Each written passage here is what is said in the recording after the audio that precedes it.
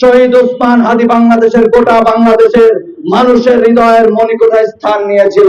করার জন্য সীমান্তে বাংলাদেশিদের উপরে ন্যক্কারজনক হামলা করা হয়। বিভিন্ন সময় বাংলাদেশিদেরকে ধরে নিয়ে যাওয়া হয়, যা সম্পূর্ণরূপে আন্তর্জাতিক আইনের লঙ্ঘন। বাংলাদেশে যখন পানি প্রয়োজন হয় না, তখন পানি দিয়ে বন্যা বইয়ে দেওয়া হয়। যখন পানি প্রয়োজন হয়, তখন পানি আটকিয়ে শুষ্ক মৌসুমে বাংলাদেশকে খরায় পরিণত করা হয়। অতএব এর বিরুদ্ধে যারা কথা বলে, যারা বিভিন্ন সময় এই সমস্ত বিষয় নিয়ে সতর্ক করে, আমরা দেখেছি ফেলানীকে 15 বছর আগে এই সীমান্তে নির্মমভাবে গুলি করে হত্যা করা হয়েছিল, আজও তার বিচার হয় নাই।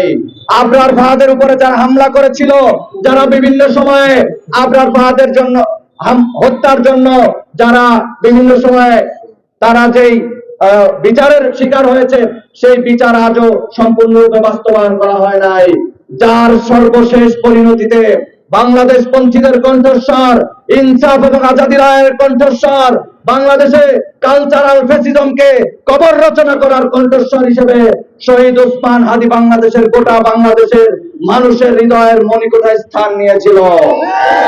সেই কারণেই যারা এই বাংলাদেশকে আধিপত্যবাদ এবং সাম্রাজ্যবাদের কবলে রাখতে চায়, তাদের এক শ্রেণী শরীফ ওসমান হাদিকে নির্মমভাবে গুলি করেছে।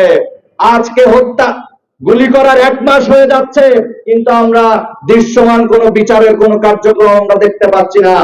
আমাদের বক্তারা বলেছেন, আমরা তো মনে করছি এই হত্যার পিছনে সরকার জড়িত রয়েছে। তাহলে সরকার কেন এই হত্যাকাণ্ডের বিচার করতে এত তাল বাহানা করছে, এত তামাশা করছে? আমরা হুঁশিয়ারি করে বলে দিতে চাই, আপনারা যদি বিগত সময়ের ন্যায় এভাবে বাংলাদেশ পন্থীদের উপর মামলা এবং হত্যার বিচার করতে ব্যর্থ হন, 16 বছরের জগদ্দল পাথরের মতো এই স্বৈরাচারকে আমরা পতন ঘটিয়েছি, আপনাদেরকেও ক্ষমতা থেকে নামাতে আমরা দ্বিধাবোধ করব না। অতএব হুঁশিয়ার করে বলে দিতে চাই, অনতি বিলম্বে এই হত্যাকাণ্ডের সুষ্ঠু বিচার হতে হবে।